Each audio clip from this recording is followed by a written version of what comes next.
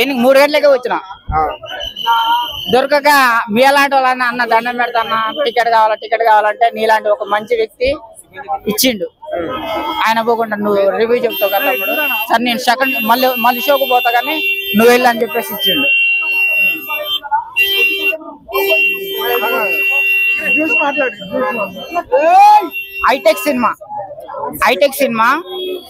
Hitech cinema అందరికి అర్థం కాదు, సాఫ్ట్వేర్లకు అర్థమవుతుంది. సాఫ్ట్వేర్లు తప్పనిసరి చూడాల్సిన అవసరం ఉంది. ఎందుకంటే బుజ్జి చూసాం కదా, టెక్నికల్. మన భారతదేశానికి ఆ సినిమా చూస్తే కొంచెం సాఫ్ట్వేర్లు అప్డేట్ అవుతారు. ఇప్పుడు చంద్రమండలానికి పంపించారు, ఒకటి సూర్యమండలానికి కూడా పంపిస్తారు ఈ సినిమా చూస్తే టెక్నికల్ గా. అది అందరికి అర్థం, నాలాంటి వాళ్ళకి అర్థం కావాలంటే ఇక 2-3 సార్లు చూడాలి. అది ఏం ప్రాబ్లమో నాకు తెలియదు, కనిపిస్తుంది కానీ వినిపిస్తలే. మరి థియేటర్ ప్రాబ్లమా, వాళ్ళు డబ్బింగ్ చేయడం ప్రాబ్లమా, లేకపోతే బ్యాక్గ్రౌండ్ మ్యూజిక్ ఎక్కువ పెట్టేసి డైలాగ్ కొంచెం ఎమోషన్స్ తగ్గించారా అనేది అర్థం కావట్లేదు. స్పష్టంగా కానుస్తుంది కానీ వినిపిస్తలే. మళ్ళీ ఇంకోటి ఏంటంటే స్టోరీ అనేది ఏంటంటే అర్థం కాని పరిస్థితి. స్టోరీ అసలు ఏ స్టోరీ అనేది అర్థం కాలే. రాజమౌళి గారు వచ్చారు, ఎందుకు వచ్చారో అర్థం కాలే, ఎందుకు పోయారో అర్థం కాలే. ఉన్నాడు మన ఆర్జీవి గారు ఉన్నారు, ఆయన ఎందుకు వచ్చిండో ఎందుకు పోయిండో నాకు అర్థం కాలే.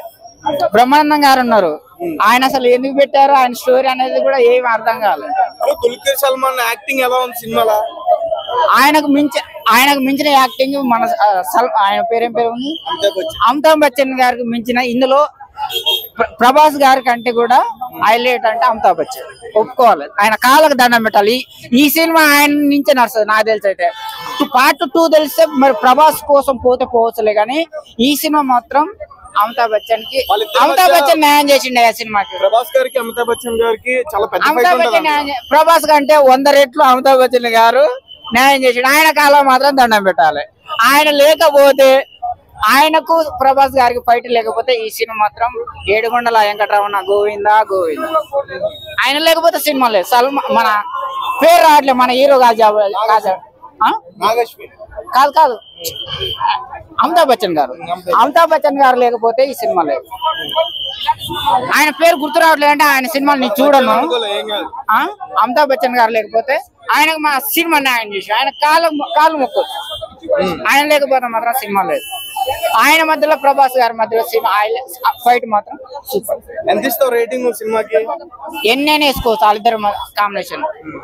ఇప్పుడు చాలా మంది క్యారెక్టర్స్ ఉన్నాయి కదా మూవీలో, ఆయనది ఒకటే నచ్చింది. నేను చెప్తున్నా కదా భయ్య, విజయ్ దేవరకొండ ఉన్నాడు, ఆయన వాయిస్ చేంజ్ చేసినా కానీ వేరే వాళ్ళ డబ్బింగ్ చెప్తున్నా బాగుంటుంది. విజయ్ దేవరకొండ అర్జున్ గా పెట్టారు, ఒక డైలాగ్ ఇచ్చారు, వేరే వాళ్ళు పెట్టినా కానీ బాగుంటుండే. విజయ్ డైలాగ్ సరిగ్గా చెప్పలే, నాకు నచ్చలేదు. ఒకసారి చెప్పు డైలాగ్. వదిలే, మళ్ళీ వాళ్ళ ఫ్యాన్స్ ఉన్నారు పట్టుకొని కొడతారు మధ్యలో. నేను 600 పెట్టి ఇక్కడ కొన్నా. 3 గంటలకు వచ్చిన. ఎందుకు వచ్చినా? 3 గంటలకు వచ్చిన. బుక్ మై షోలో నాకు టికెట్ దొరకలే. నీలాంటి వాళ్ళ దండం పెడతాను కాలం అని చెప్పేసి అడుగుతున్నా. ఇప్పుడు మహాభారతం గురించి ఉందన్నారు మూవీలో. నేను చరిత్ర మొత్తం చదివినవయ్యా. అది ఇంత ఇది ఇంత ఉంది, అసలు ఏంది అన్నది అర్థం కాదు. అంటే 2వ సారి చూడాల్సిందంటో 4 సార్లు చూడాలి నేనైతే. ఇంకా కింది స్థాయి వాళ్ళైతే 100 సార్లు చూసినా తప్పలేదు. ఎండింగ్ బాగుంది, ఎండింగ్ మాత్రం బాగుంది భయ్యా. చినిగిపోయింది. బ్రహ్మానందం కామెడీ ఎండింగ్ నేను చెప్పేది అదే భయ్యా. ఆయన ఎందుకు పెట్టారో నాకు అర్థం కాలే. బ్రహ్మానందం గారిని ఎందుకు పెట్టారో నాకు అర్థం కాలే. అర్థం కాలే ఆయన ఎందుకు. ఆయన నువ్వు అట్లా మాట్లాడుకున్నావు, గట్టిగా మాట్లాడుతున్నావు. నువ్వు అట్లా మాట్లాడుకుంటున్నావు. ప్రభాస్ గారు బ్రహ్మానందం గారు అట్లా అరే నువ్వు నా రెంట్ ఎప్పుడు కడతావు కడదాంలే అని ఆయన అట్లా. అదొక రూము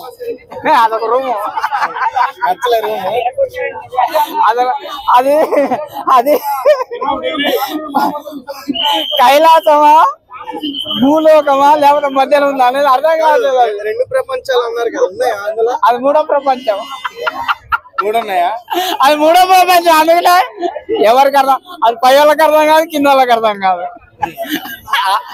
మధ్యలో వాళ్ళకి అర్థమవుతుంది.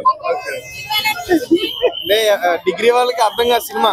హైటెక్ సాఫ్ట్వేర్ ఐటెక్ వాళ్ళకు అది భూలోకం అర్థం కావట్లేదు, ఆకాశం అదే దేవుళ్ళ సినిమా అయితే దేవుళ్ళ చరిత్ర గురించి మనకి ఏమైనా తెలుసు, భూలోకం అంటే మన మానవుల గురించి తెలుసు.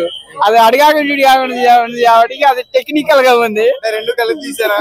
అది టెక్నికల్ గా ఉంది, అందు గురించి అది హైటెక్ సినిమా కాబట్టి సాఫ్ట్వేర్ లకు వాళ్ళు టెక్నికల్. ప్రభాస్ ఒక్కలేనా ఇద్దరా? ఒకడే పక్క ఆలోచించి ఇక అది టెక్నికల్ గా ఉపయోగించేసి 4-5 పెడతాడు సారీ. అయితే ఇందులో ప్రభాస్ గారి క్యారెక్టర్ ఏంటి? పరశురాముడా కర్ణుడా? కర్ణుడా. ఎండింగ్ లో బాగుంది.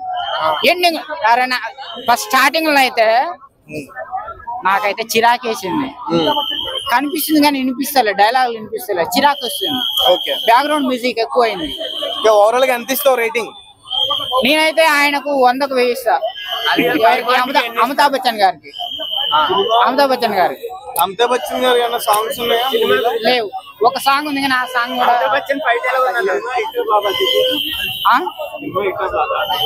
ఇట్టా ఫ్లాప్ అంటున్నావా, అందరికి అర్థం కాదు. Okay right, thank you so much. I love you.